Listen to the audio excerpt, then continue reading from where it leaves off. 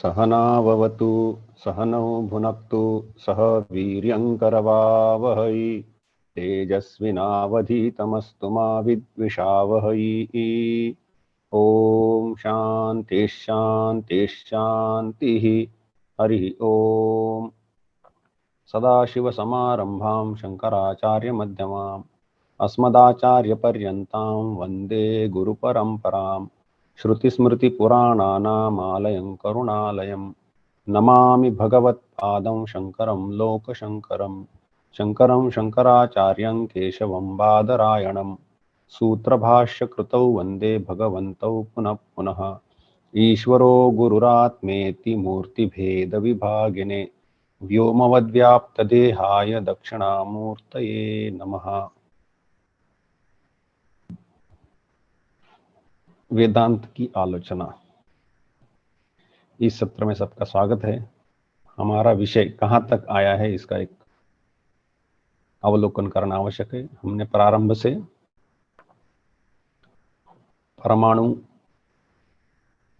परमाणु को चलाने वाले एक विभू तत्व की आलोचना की।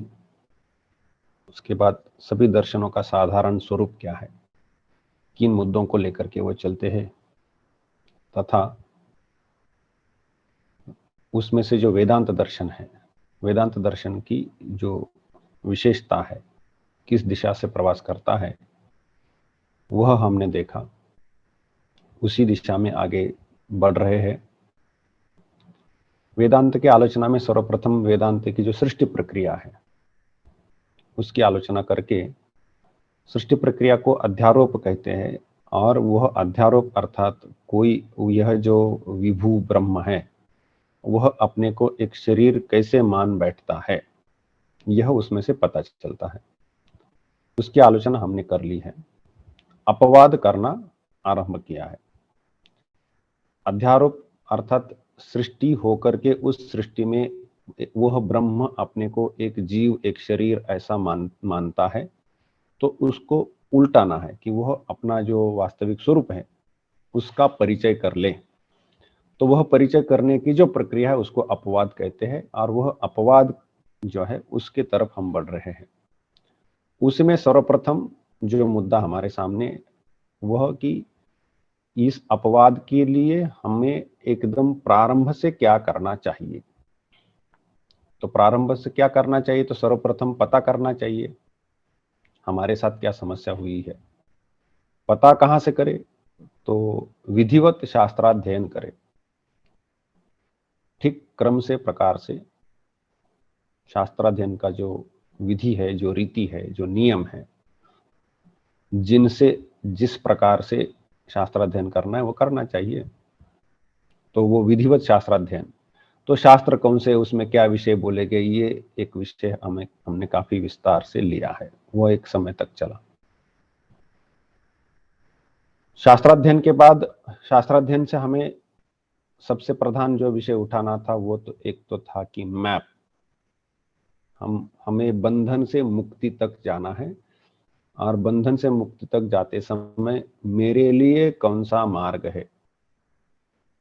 हर एक व्यक्ति के लिए, व्यक्ति विशेष के अनुसार, पिंड धर्म के अनुसार कुछ कुछ अलग अलग व्यवस्थाएं होती है, तो वह पता होनी चाहिए। इसलिए शास्त्राध्ययन की आवश्यकता बनती है। शास्त्राध्ययन करने के बाद किसी भी व्यक्ति को सामान्यतः, यदि किसी ने ये पहले से सोपान पार कर रखे, चरण पार किए हुए, तो उनको आवश्यकता नहीं है। नहीं तो सर्वप्रथम जो काम हाथ में आता है, कुछ करना है, तो वह होता है चित्त की शुद्धि करे। तो चित्त की शुद्धि करनी है, तो वह अशुद्धि क्या है और शुद्धि कैसी करे, यह विषय हमारा चल रहा है। इसी के अंदर हमने कर्म कितने प्रकार के होते हैं, वह उनके क्या फल होते हैं, उनको कैसे करना है, यह विषय हमने हाथ में लिया है। इस विषय को लेते ही हमने काम्य कर्म, इस पर आलोचना कर रखी 2 सत्र पहले। काम्य कर्म क्या होते हैं, काम्य कर्मों का प्रभाव कैसा होता है। उसके बाद हमने देखा कि शास्त्राध्ययन करते समय यदि कहीं तात्पर्य ग्रहण करने में गलती हो जाती है तो बहुत दुष्परिणाम भोगने पड़ते हैं। उसके लिए हमने एक उदाहरण लिया था जो पिछले सत्र का विषय था। पूर्व मीमांसा शास्त्र ने यह तय कर रखा था कि कर्म ही करने के लिए वेद कहता है, क्योंकि मनुष्य कर ही क्या सकता है कर्म छोड़ करके। तो इसलिए वहां पर हमने वो विषय वैसा लिया कि उसके कारण जैमिनी ने जो धर्मसूत्र लिखे हैं वह किस प्रकार से एकांगी हो जाते हैं, कैसी समस्या हो जाती है, इसकी आलोचना हमने उसके अंदर कर ली। और उसी के अंदर शंकराचार्य और मंडन मिश्र का जो शास्त्रार्थ है उस पर कुछ आलोचना हमने करके पिछला सत्र समाप्त किया। इसका प्रधान विषय यही है कि एक तो शास्त्राध्ययन करके तात्पर्य ग्रहण करना है और उसके अंदर जो काम्य कर्म है इनके विषय में आलोचना हुई। तो इसको फिर से एक दृष्टि बना लेते हैं ताकि आगे चलने में सुविधा होगी। हमने एक सत्र में बड़े विस्तार से देखा है कि पाप पुण्य क्या होता है, और यदि पाप और पुण्य कोई अर्जन करता है तो वह भोगने के लिए अगले जन्म की आवश्यकता होती है। अर्थात वह पाप पुण्य अगला जन्म करा के सुख दुख का अनुभव करा के छोड़ता है, यह उसका प्रभाव है। तो यदि कोई सावधान है तो वह पुण्यार्जन करता है एवं अगला जन्म भी सुखमय हो ऐसा सोचता है। और वो यदि कोई उतना सावधान नहीं है तो कभी पापार्जन करता है, कभी पुण्यार्जन करता है, तो अगला जन्म कुछ भी होता है। तो यह सामान्यतः पुनर्जन्म का चक्र एक तो कैसा भी चलता है, अनियंत्रित रूप से चलता है या नियंत्रित रूप से चलता है, लेकिन चलता रहता है। और उसका ईंधन क्या है, तो उसका ईंधन पाप और पुण्य है। और वेदांत का कहना है, या जो मुक्ति मार्ग वाले हैं जितने सभी, उनका कहना है कि यह जन्म मृत्यु का चक्र हमें रोकना है। रोकना संभव है, चलाना अज्ञान में ही चलता है, रोकना ही उचित है, क्योंकि वह ठीक ठीक ज्ञान की स्थिति है।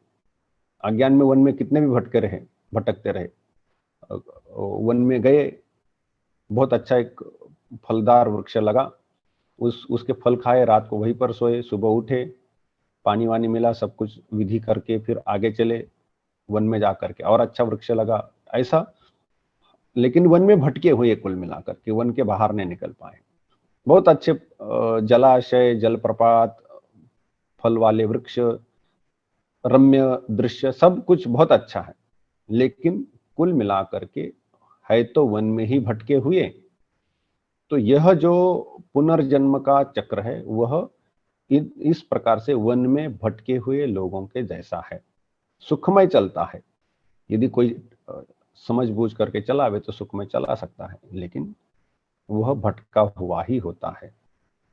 और यह जो वेदांत का कहना है कि इस प्रकार से भटक करके वन में रहने का क्या मतलब है, इसलिए वहां से निकलो, ज्ञान की स्थिति में चले आओ। तो इसलिए वह वेदांत का मार्ग है, और इसलिए सभी कर्मों को इस प्रकार से करना है जिससे कि हमारे लिए वह मोक्ष में उपयोगी हो। मोक्ष जो है वह ज्ञान से ही होता है, इसमें कोई विकल्प नहीं है। ज्ञानाध्येव तो कैवल्यम, ज्ञान विहीन सर्वमतेन मुक्तिम न भजति जन्मशतेन। जो ज्ञान विहीन है वह सैकड़ों जन्म भी ग्रहण करे तो भी मुक्ति पाता नहीं। ऐसा चरपट पंजरिका शंकराचार्य का एक स्तोत्र है, उसके अंदर आचार्य कहते हैं ज्ञान विहीन सर्वमतेन मुक्तिम न भजति जन्मशतेन। हमें ऐसे अन्य अन्य स्थानों पर भी गीता में तो कई सारे वचन हैं जिसके द्वारा पता चलता है। वेदाहमेतम पुरुषम महांतम आदित्य वर्णम तमसा परस्तात् तम एव विदित्वा अतिमृत्युमेति नान्य पंथा विद्यते यनाय। यह वचन हमने पहले देखा है, इसके अंदर भी तम एव विदित्वा अतिमृत्युम एति, उसको जानने से, उस महान पुरुष को जानने से ही मृत्यु के पार जाया जाता है, दूसरा मार्ग नहीं। इस वचन से, श्रुति वचन से हमें पता चलता है कि ज्ञान से ही मोक्ष मिलता है। यह चेद वेदी दथ सत्यमस्ति न चेद यह वेदी महति विनष्टि। तो यहां पर यदि इस जन्म में ही यदि ब्रह्म ज्ञान कर लेते हो तो बच गए, अन्यथा महाविनाश है, ऐसा केनोपनिषद में भी कहा है। ऐसे कई वचन हैं। इस एक यहाँ पर उदाहरण के तौर पर 2-3 वचन बोल देते, लेकिन और भी कई सारे वचन हैं जिसके द्वारा पता चलता है कि ज्ञान से ही मोक्ष होता है।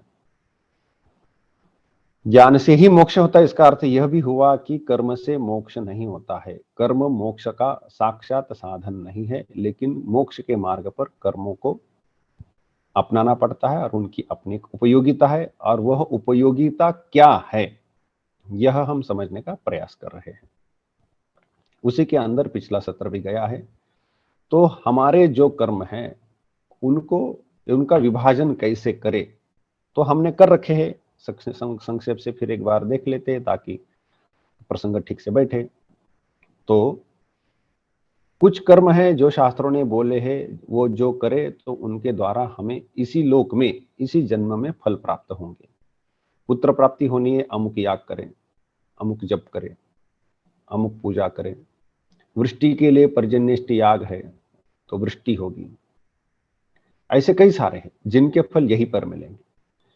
ऐसे कई सारे यज्ञ याग विधि पूजा मंत्र इत्यादि तपस्याएं बोली है, अनुष्ठान कहे हैं, जिनका फल मृत्यु के बाद मिलेगा। तो मृत्यु के बाद मिलेगा तो वह क्या फल है? अगला जन्म बढ़िया से होना चाहिए, यह व्यवस्था है। अगला जन्म ठीक से होना है। तो अगला जन्म ठीक से यदि होना है तो उसके लिए यहां पर कर्म करके चलना चाहिए। हमारे जीवन में सामान्यतः क्या दिखता है कि हम धनार्जन में लगे हुए हैं अच्छी मात्रा में, मतलब एक जीवन जीने के लिए जितना आवश्यक है उससे कई गुना अधिक धनार्जन की भावना होती है। कुछ कुछ लोग पाने में सफल होते, कुछ नहीं होते, ये अलग बात है, लेकिन भावना होती है कि धनार्जन इतना करें। अच्छी बात है, जरूर करें, लेकिन यह इतना धनार्जन क्या आप साथ में ले जाओगे? नहीं, एक रुपया भी नहीं ले जा पाते हैं। तो इतना धनार्जन कर रखते हैं जो कि बिल्कुल साथ में ले जाना संभव नहीं है, लेकिन हमें तो आगे चलना है। तो यह इतना उपार्जन क्यों करके रखा कि जो साथ में लेने जा सकते? यह एक प्रश्न स्वतः उपस्थित होता है। आगे चल करके जो धन चाहिए या जो सामर्थ्य चाहिए हमारे पास, जो अगले प्रवास के लिए, मृत्यु के बाद जो होने वाला प्रवास है उसके लिए उपयोगी हो, उसका उपार्जन किया क्या?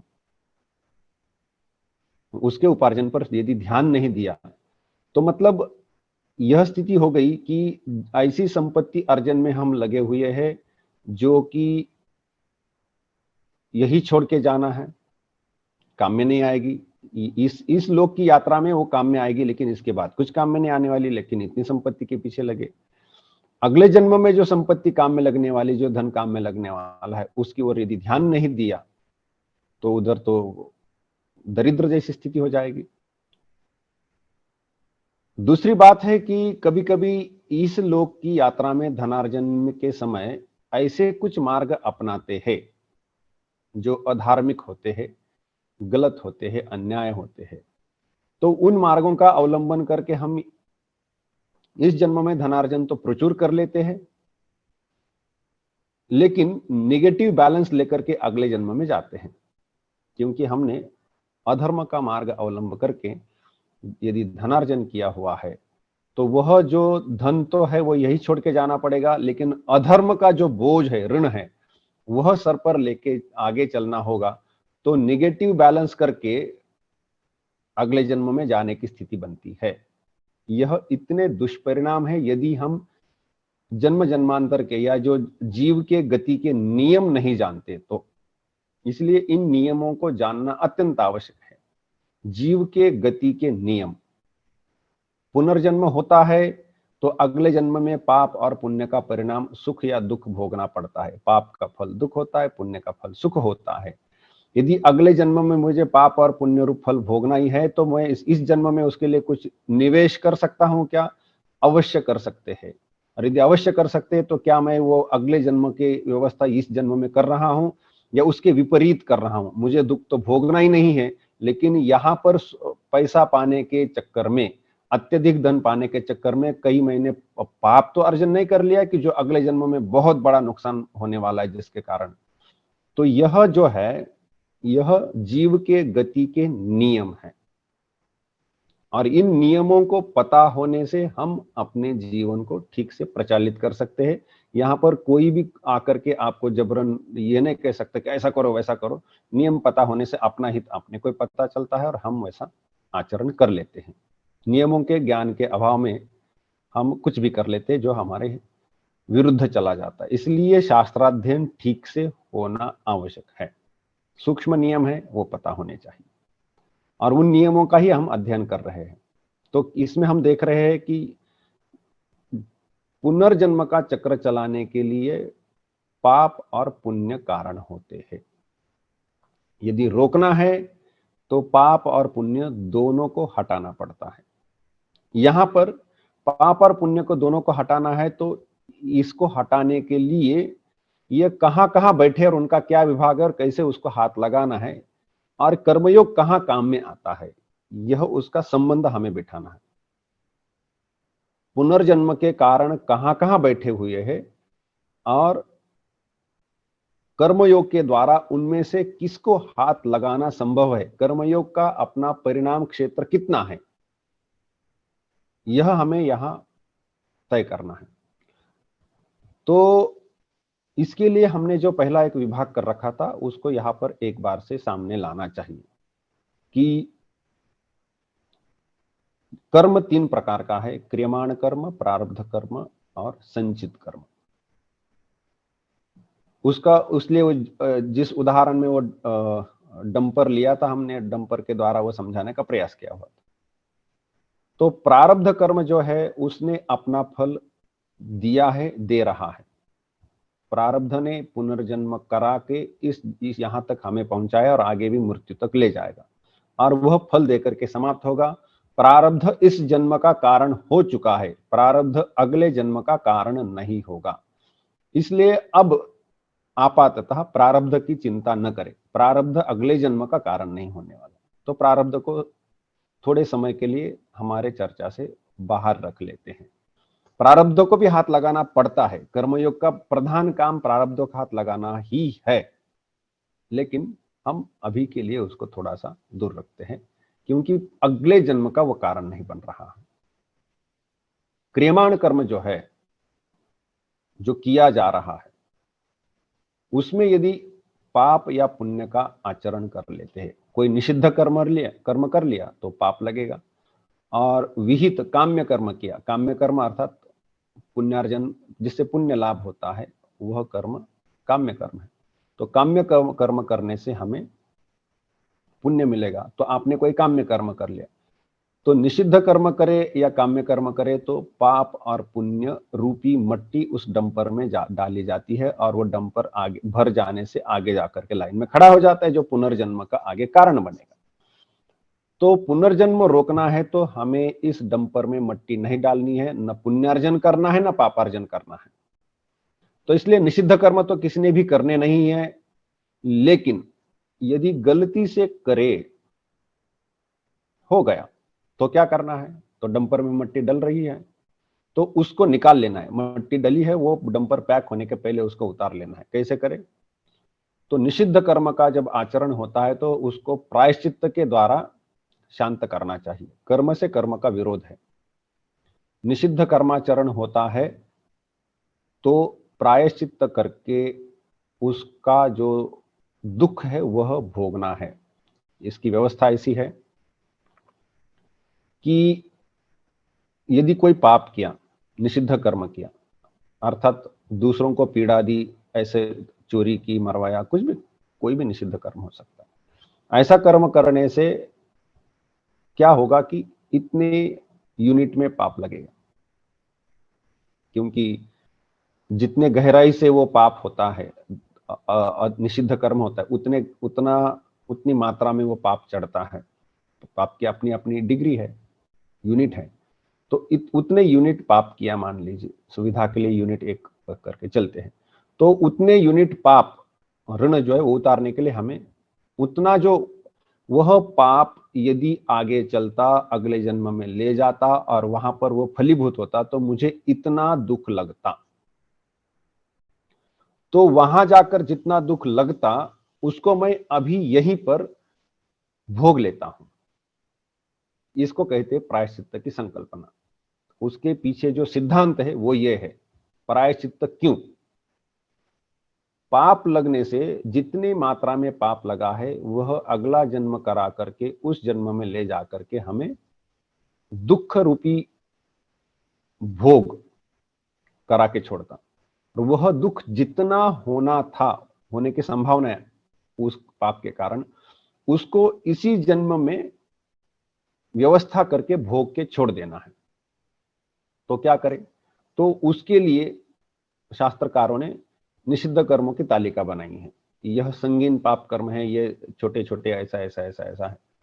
और यदि ऐसा पाप कर्म होता है तो इसके लिए इस प्रकार का प्रायश्चित्त कर्म करना है। प्रायश्चित्त भी एक प्रकार का कर्म ही है। कहीं पर जाप हो सकता है, कहीं पर स्नान हो सकता है, कहीं पर लंघन या फिर उपवास इत्यादि इत्यादि उसमें कर्म प्रायश्चित्त कर्म बोले, जिसमें चांद्रायन का सबसे अधिक उल्लेख होता है। चांद्रायन क्या है? तो एक प्रकार का प्रायश्चित्त कर्म क्या होता है, उसका थोड़ी सी जानकारी हो तो पता चलेगा कि ये होते क्या है। कि जैसे पौर्णिमा से अमावस्या और अमावस्या पौर्णिमा तक उसका प्रवास है। पौर्णिमा में हम जो प्रतिदिन जितना पूर्ण आहार करते हैं, वह जो पूर्ण आहार है उसको 15 टुकड़ों में बांट लेना है। तो पौर्णिमा के दिन पूर्ण आहार किया, चंद्र की कला जैसे कम होती होती जा रही अमावस्या की तरफ, वैसे वह एक एक जो 15, उसके 15 जो अंश है उसमें से एक अंश खाने से कम कर देना है। अगले दिन 14 अंश खाने, 13 अंश खाने, 12 अंश। और अमावस्या के समय निराहार होना है। अमावस्या के दिन जब प्रतिपद तिथि आएगी तो प्रतिपद में एक अंश खाना है। और ऐसे करते करते हमारा जो पूर्ण आहार है वो 15 भागों में बढ़ाते पूर्णिमा तक जाना है। तो ये जो एक चक्र है, पौर्णिमा से अमावस्या, अमावस्या से पूर्णिमा तक, यह एक व्रत है। यह उसके और भी अन्य अन्य अनुष्ठान, जप इत्यादि। तो वह कुल मिलाकर एक चांद्रायण व्रत होगा। तो इसमें क्या हुआ है कि भोजन को कम करते करते, कष्ट सहन करते, व्रत में रह करके चल रहे हैं। तो हमने जो दुख है उसको क्वांटिफाई करके, छोटा छोटा करके इस एक महीने के अवधि में भोग लिया। तो जो निषिद्ध कर्म हुआ था उसको हमने यहीं पर भोग करके समाप्त कर लिया। इससे एक तो हमारा जो पाप का जो बोझ चढ़ने वाला था उसको उतार लिया। दूसरी बात यह है कि हम आगे चल करके निषिद्ध कर्म करने की दृष्टि से सावधान हो जाते हैं। अरे नहीं, वो तो प्रायश्चित्त करना पड़ता है, ये होता है, वो होता है, तो निषिद्ध में हाथ नहीं लगाना है। तो हाथ जल जाता है तो फिर से हाथ आदमी वहां पर हाथ नहीं डालता है।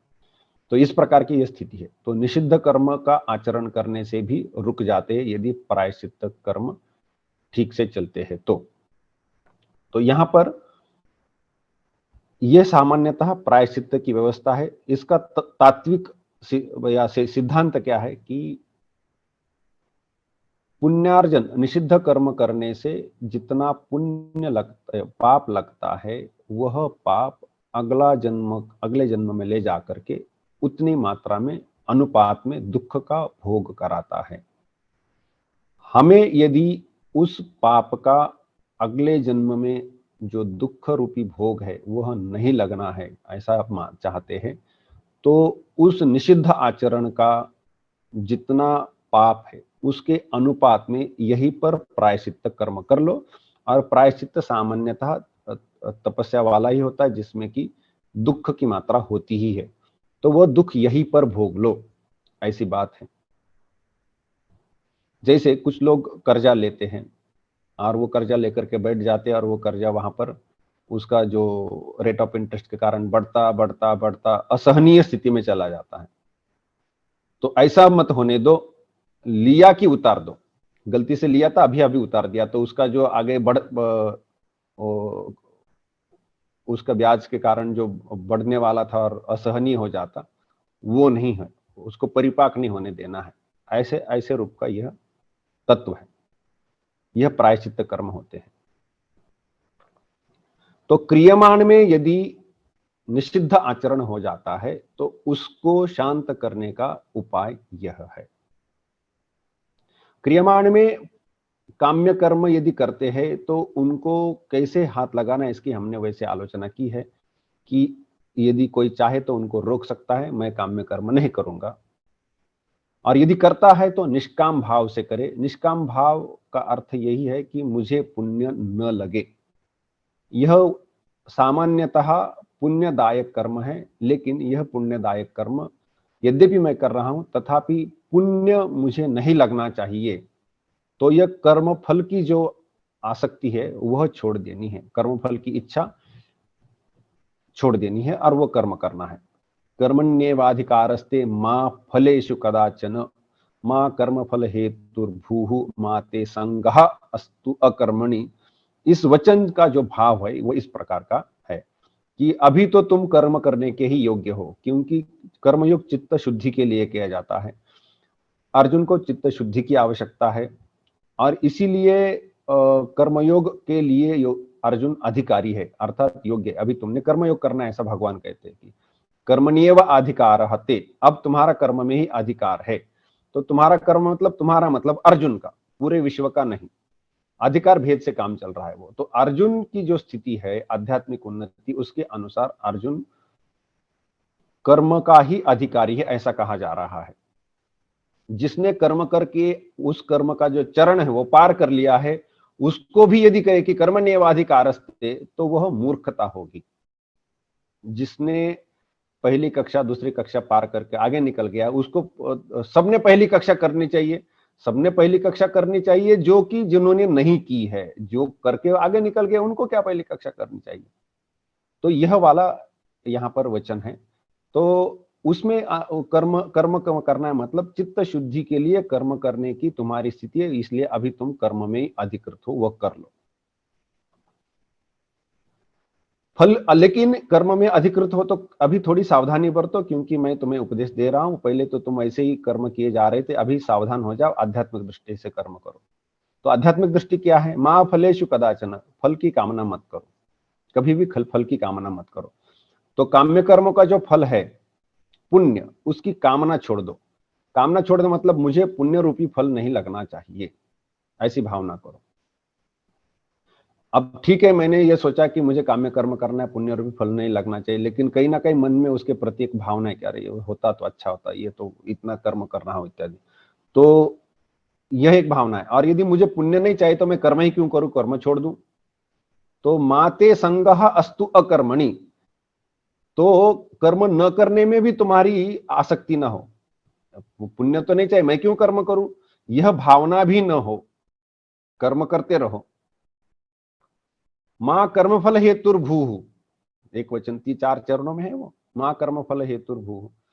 तो तुम कर्मफल का कारण मत बनो।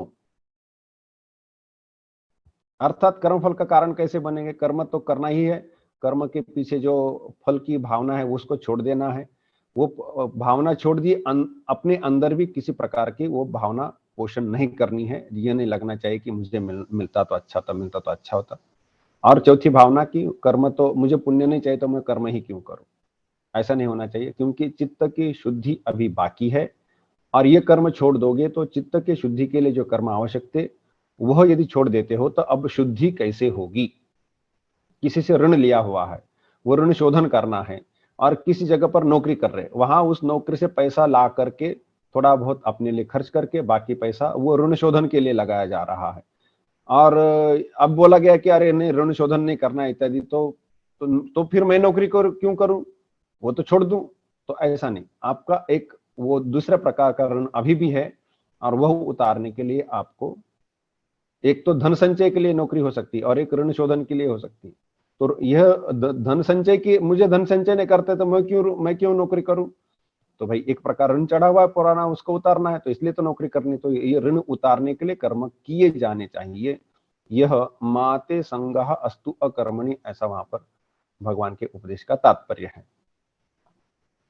तो ये जो है पुण्य कर्म या काम्य कर्म जो है वह करने से उनके उनका जो संकल्प है वो बदल देना है कि मुझे पुण्य नहीं चाहिए।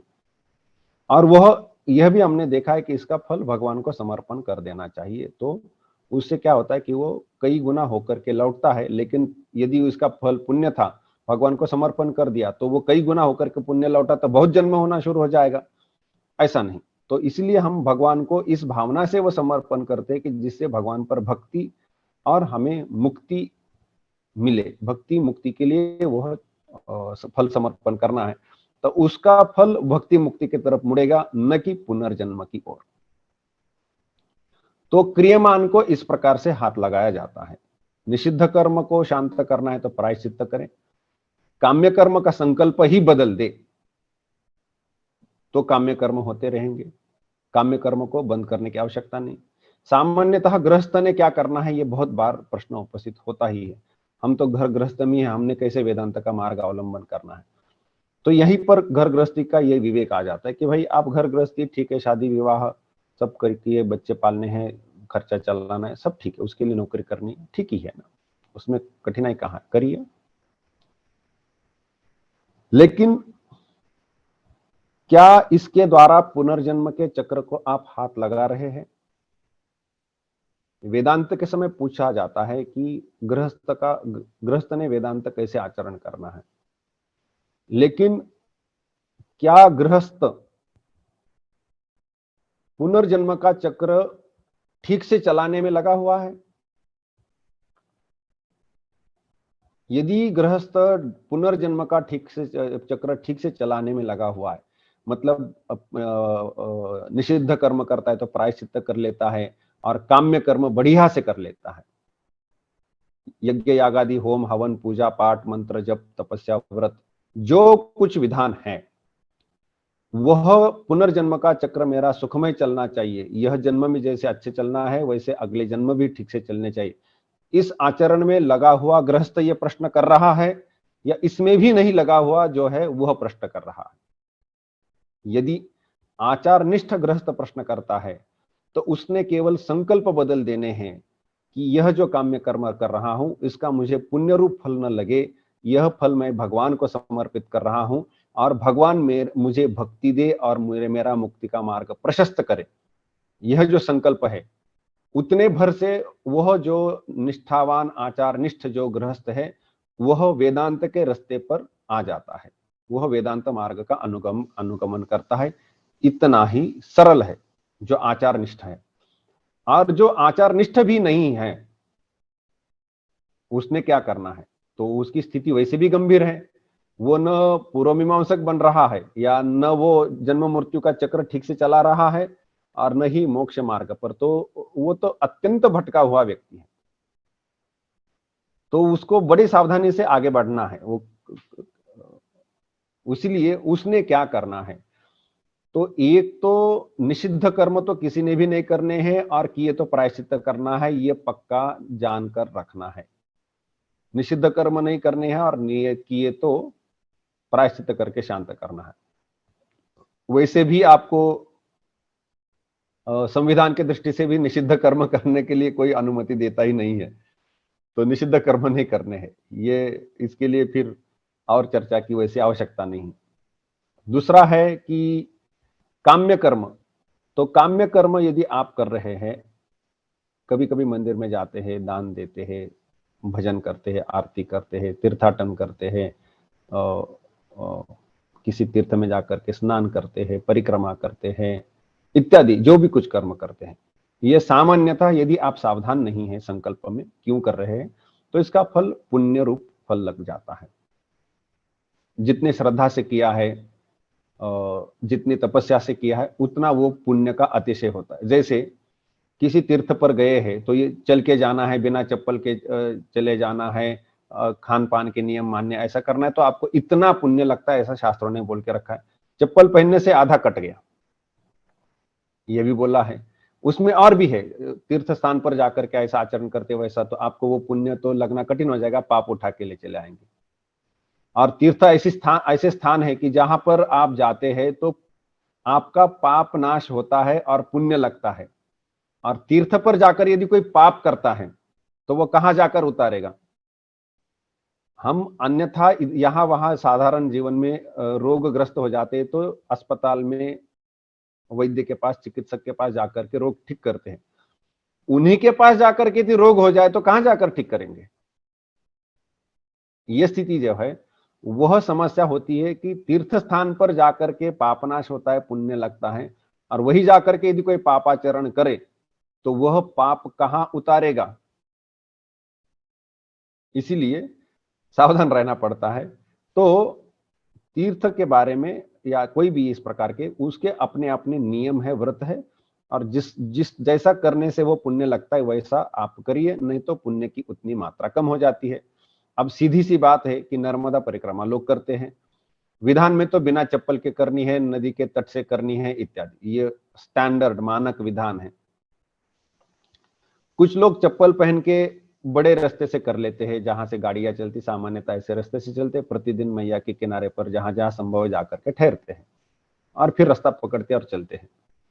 तो जो एकदम मैया के किनारे से चल रहा है बिना चप्पल के, उसका जो पुण्य है, और जो चप्पल पहन करके गाड़ी के रास्ते से, दोनों में तो अंतर होगा, स्वाभाविक है।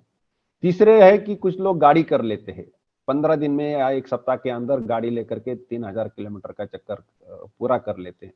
क्या सबको समान पुण्य है? सबको समान पुण्य कैसे होगा? तो अंतर तो है ही। ये अंतर कहां से फर्क हो रहा है कि विधान, जिस विधान के अनुसार यह पुण्य इतना होगा बोला है, उस विधान को हम जितना डाइल्यूट कर देते हैं उतनी पुण्य की मात्रा डाइल्यूट हो जाएगी, यह स्वाभाविक है। चिकित्सक ने बोला कि यह औषधि है, इस प्रकार के पथ्य है, इन पथ्यों को पालन करते हुए, इन औषधियों का सेवन करते हुए चले तो आपका रोग निवारण इतने समय में हो सकता है। हम यदि कुपथ्य करते रहे और औषधि का सेवन उस नियम से न करें तो रोग निवारण की जो संभावना है वह उतनी डाइल्यूट हो जाती है। यह हमें जैसे पता चलता है, वैसे वहां पर भी पुण्य का विधान जिन्होंने किया है उन्होंने वो पुण्य पाने के लिए यह प्रक्रिया का अवलंब करें ऐसा बोल के रखा है। उस प्रक्रिया को हम जितना डाइल्यूट कर देते हैं उतना वह पुण्य भी डाइल्यूट हो जाता है, यह तो स्पष्ट रूप से पता चल जाता है। अब यहां पर यह हम देख रहे थे कि गृहस्थ का वेदांत, तो गृहस्थ को हमने दो दलों में बांट लिया। एक तो पुनर्जन्म का चक्र सुखमय चलाने के लिए आचार निष्ठ गृहस्थ, उसके लिए बहुत सरल हो जाता है कि संकल्प बदल देने से वह वेदांत मार्ग पर आ जाए। फल ईश्वर का समर्पण करना है और ईश्वर से भक्ति और मुक्ति मांगनी है, तो उससे वह उसका जो कर्म है वो चित्त की शुद्धि करने वाला बन जाएगा, इतने भर से काम हो जाएगा। और जो अपने रास्ते पर नहीं है, न पुनर्जन्म के चक्र के बारे में सावधान है, न वेदांत रास्ते के बारे में, तो उन्होंने अपने पहले तो निषिद्ध कर्म रोकने हैं। अब निषिद्ध कर्म रोकने में भी ये समस्या उपस्थित हो जाती है कि भाई हमारा तो काम ऐसा है कि दिन में झूठ बोले बिना नौकरी नहीं चलती है तो ये व्यवहारिक समस्या है कि बहुत झूठ बोलना पड़ता है, नहीं झूठ बोले तो फिर कैसे चलेंगे ऐसा। या फिर हमारी आदत हो चुकी है, दिन भर हम कितना हम उल्टा सीधा करते रहते हैं, ये कैसे चलेगा?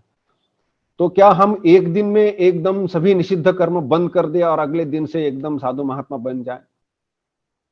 तो यह कठिन होगा। ये जो नीजर्क रिएक्शन होती है, अचानक से धर्म की ओर मुड़े तो सभी जो हम काम कर रहे थे एकदम से बंद कर दिया, और अब तो वो उतना अचानक भी नहीं होना चाहिए।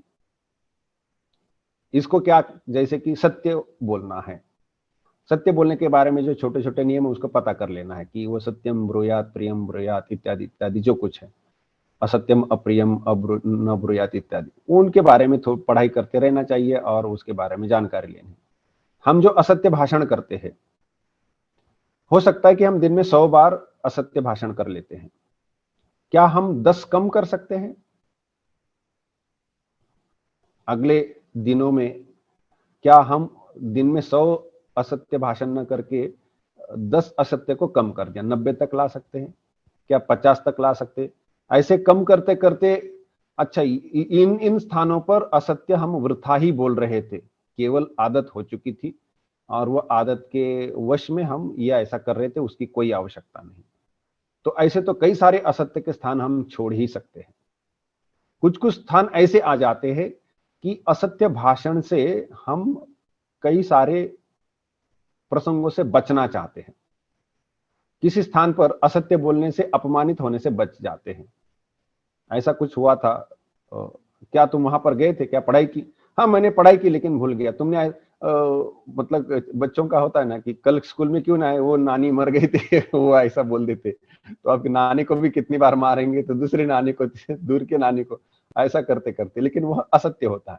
तो वो क्यों ऐसा बोल रहा है छात्र? क्योंकि उसको वह कारण दिखा करके वो बचना चाहता है कि मैं वैसे बिना कारण ही अनुपस्थित था, और वह बिना कारण यदि अनुपस्थित है तो शिक्षक की ओर से, विद्यालय की ओर से उसको डांट फटकार कुछ ना कुछ पड़ सकती है, और उस अपमान से, उस दंड से वह बचना चाहता है, और इसलिए असत्य भाषण का मार्ग अवलंबन करता है। लेकिन इन स्थानों पर जो वहां पर अपमान इत्यादि है, वह सहने का यदि आपने सामर्थ्य है तो असत्य का भाषण न करें।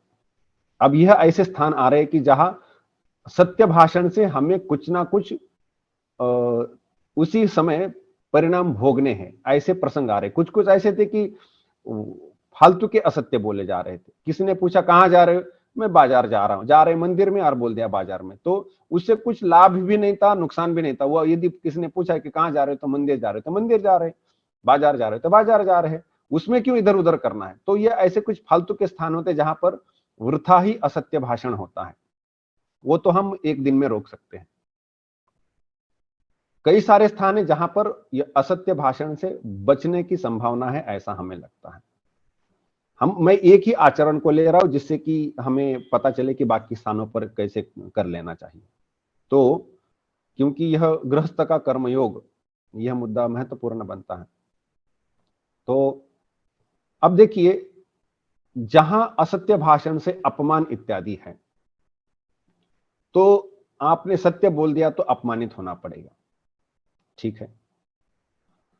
तो अब आपको यह तुलना करनी है, क्या मैं सत्य भाषण से जो अपमान है वो मैं सहन कर सकता हूं?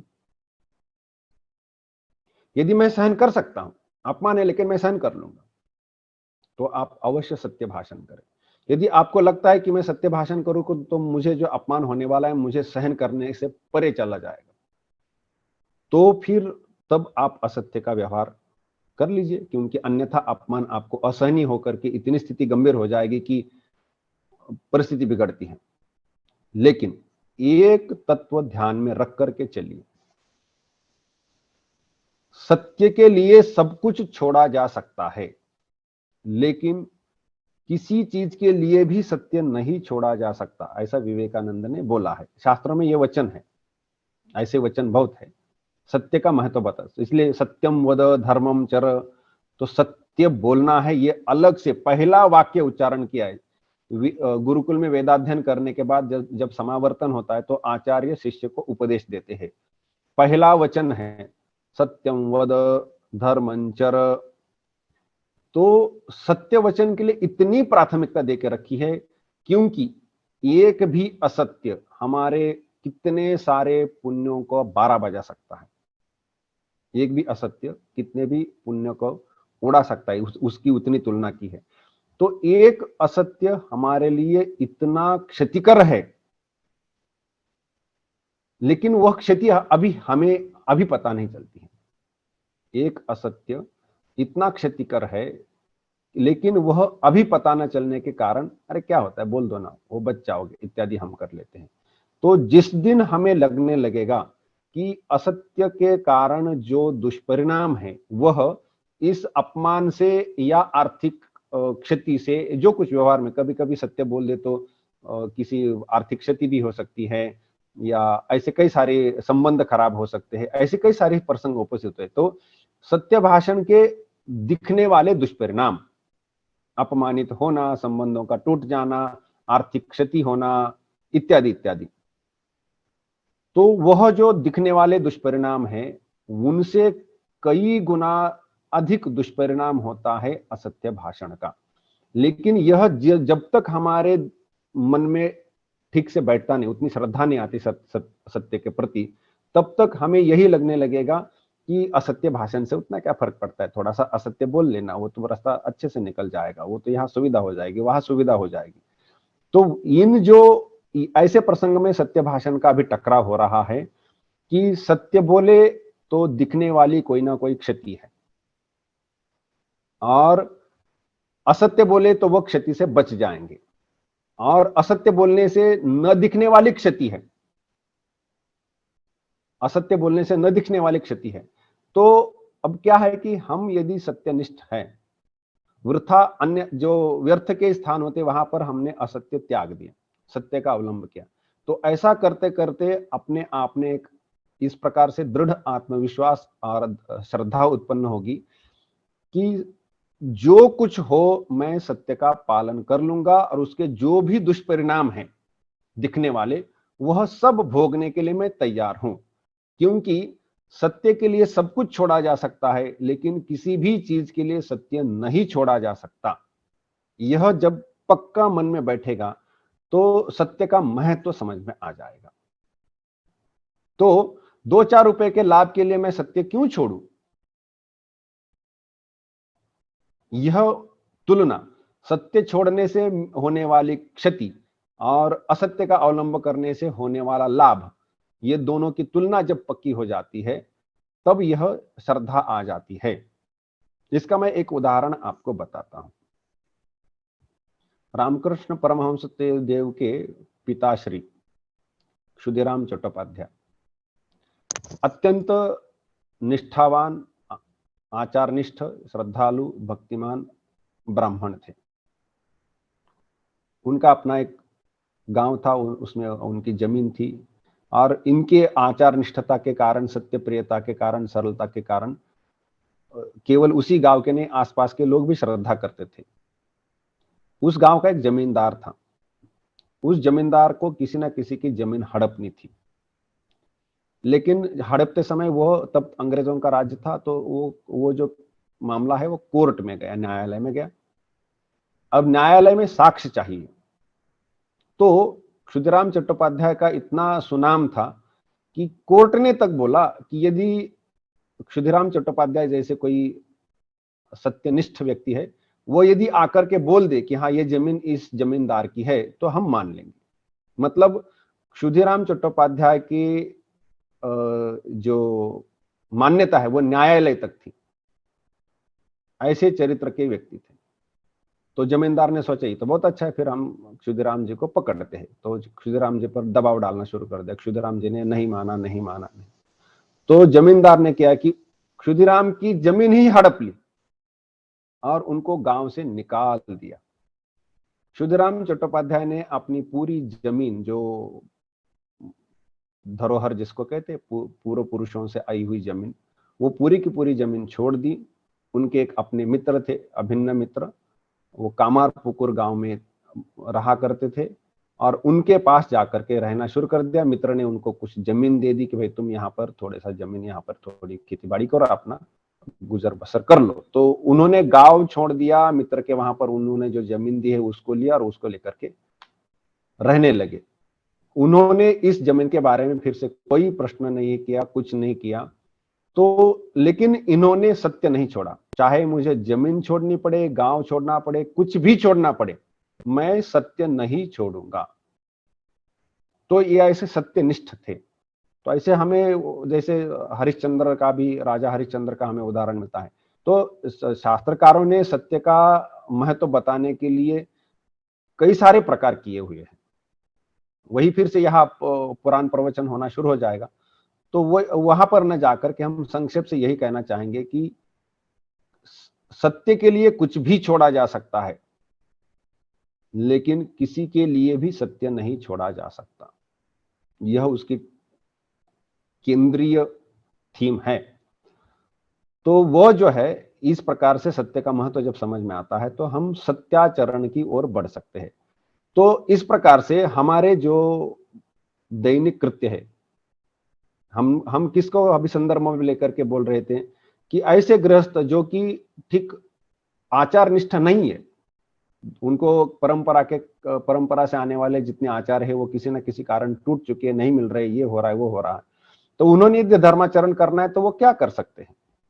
तो इस प्रकार से धर्माचरण के अंदर केवल आपको एक यज्ञोपवीत करा करके एक मंत्र दे दिया और सुबह बैठ करके थोड़ा सा अपने गायत्री पुरस्चरण आदि कुछ कर लिया और बाकी दिन भर झूठ मूठ के धंधे करते रहे, तो ये कोई धर्माचरण नहीं है। वो उतने भर से नहीं होता है।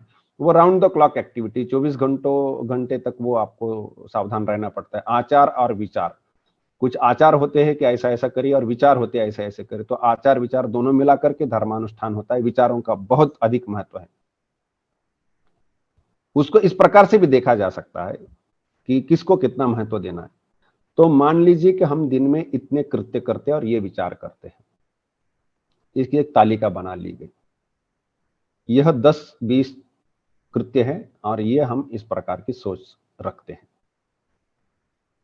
उनको एक तालिका बना करके उनके सामने हमने उसका महत्व लिख दिया। सबसे महत्वपूर्ण क्या है? जैसे सत्य भाषण, तो इसका महत्व कितना है? धर्माचरण में हम दिन में यदि 100 कृत्य करते हैं, 50 कृत्य करते हैं, तो इनमें सबसे महत्वपूर्ण प्रधानता किसकी है? तो सत्य भाषण। तो हम उसको 100 में से 70 मार्क्स देंगे, 60 मार्क्स देंगे, 40 मार्क्स देंगे, जो कुछ।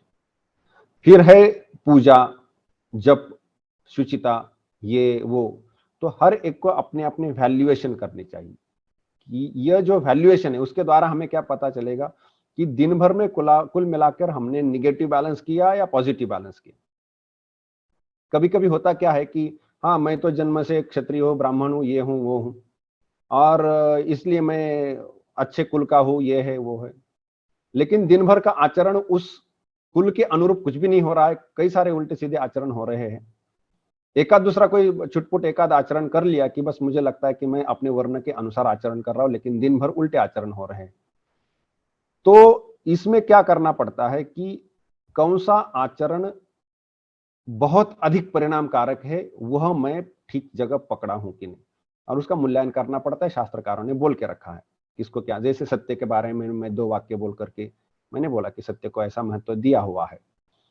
तो ये जो है, इन आचार और विचारों का मूल्यांकन करके जो सबसे महत्वपूर्ण है उसको सर्वप्रथम हाथ लगाना चाहिए। अरे ये बहुत क्षति करता है।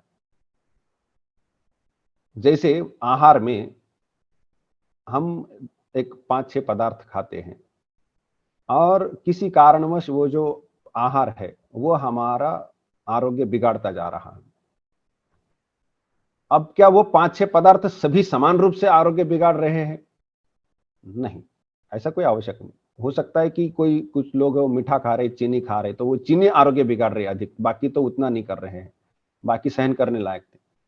तो ये जो खाद्य पदार्थों में सबसे ज्यादा क्षति करने वाला कौन सा पदार्थ है? चीनी। पहले इसको नियंत्रण में लाओ।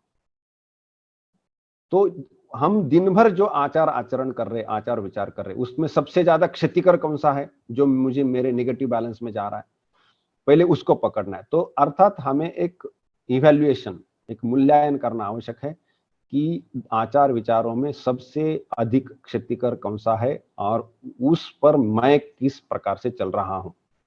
तो एक प्रकार से समझने में सुविधा हो जाती।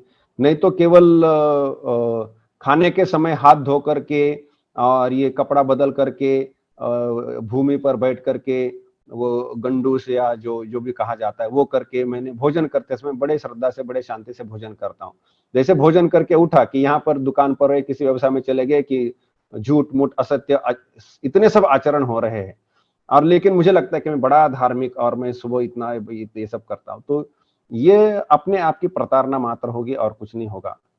जब तक हम हमारे आचार और विचारों का मूल्यांकन नहीं करते हैं और जो सबसे अधिक क्षतिकर आचार है उसको नियंत्रण में नहीं लाते हैं, तो बाकी छोटे छोटे आचारों के कारण अपने को बड़े धार्मिक मानने से वो तो धार्मिक नहीं होने वाला है उतना।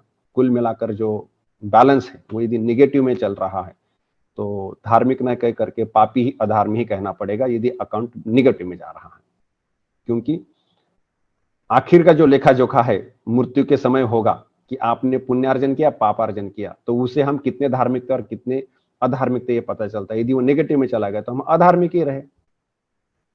खैर, तो आचार में और अनुष्ठान में जो गृहस्थ नहीं है उसने वेदांत को किस प्रकार से लेना है, तो इसके ये जो वेदांत के जो उपदेश है उनको जीवन में उतारते समय नी जर्क रिएक्शन न करे।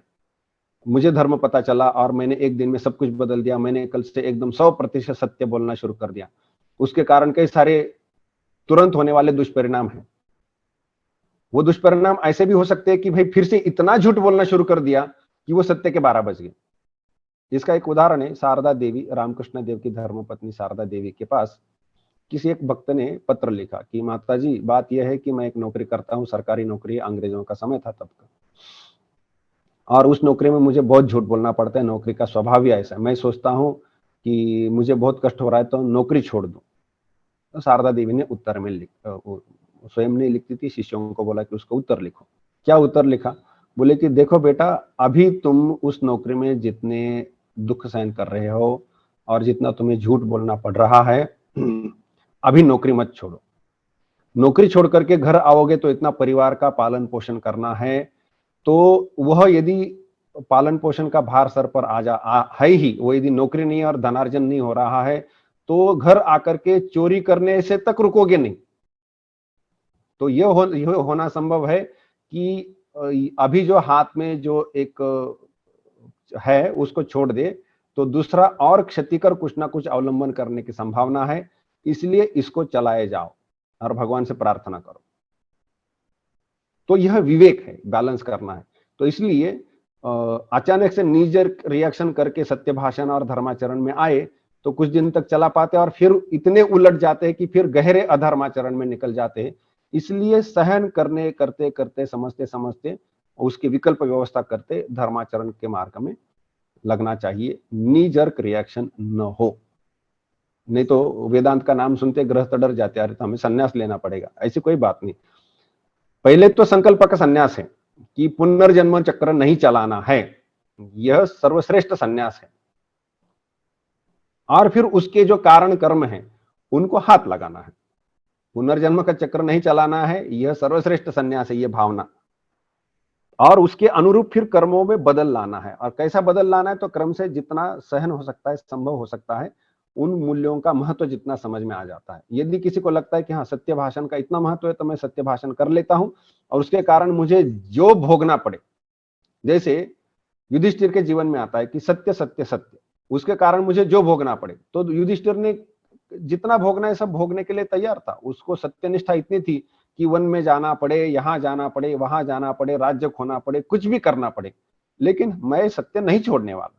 तो उसके मन में यह श्रद्धा थी, इसलिए उसके जो सत्य भाषण के जो दुष्परिणाम है दिखने वाले, वह उसको दुष्परिणाम ही नहीं लगते थे, वो ठीक ही है, क्योंकि मैं सत्य सत्य रक्षा कर रहा हूं। तो यह जब किसी भी ऐसे नियमों का, जैसे आपको यदि जानना है तो योग योग सूत्र में जो पहले दो है, यम और नियम, तो अहिंसा सत्य अस्तेय ब्रह्मचर्या परिग्रह, तो अहिंसा सत्य अस्तेय ब्रह्मचर्य अपरिग्रह, ये जो है, ये क्या पहले दिन से 100% करने हैं? संभव ही नहीं है। हाँ, जो जो इस रास्ते पर निकला हुआ है, आगे बढ़ा हुआ है, वो अधिक मात्रा में कर लेता है। लेकिन जो नए से शुरू करने वाला है, पहले दिन से 100% कर देगा, संपूर्ण ब्रह्मचर्य, संपूर्ण सत्यभाषण, संपूर्ण ये, संपूर्ण वो, तो वो निजर्क रिएक्शन हो जाएगी, वो सहन नहीं कर पाएगा सब चीजों को। इसलिए वो क्रमशः अवलंब करने चाहिए, उसकी मात्रा से, डिग्री, थोड़ी थोड़ी डिग्री करके आगे बढ़ा करके, यहां तक उसका सर्वोच्च अंक है, यहां हमें ले जाना है, लेकिन वह क्रमशः ले जाएंगे। इस प्रकार से वो जो हमारा अनियंत्रित आचरण है, शास्त्र विहीन आचरण है, उसको शास्त्रानुकूल आचरण करने के लिए इस प्रकार का एक रास्ता, एक मोड़ने का एक उपाय, यह यहां पर कहना था। तो गृहस्थ का वेदांत की तरफ मुड़ना, यह विषय हमने यहां तक लिया था। तो आज इसी को यही विराम करते, कुछ प्रश्न हो तो थोड़ा सा ले लेते हैं। ओम शांति शांति शांति। हरि ओम तत्सत।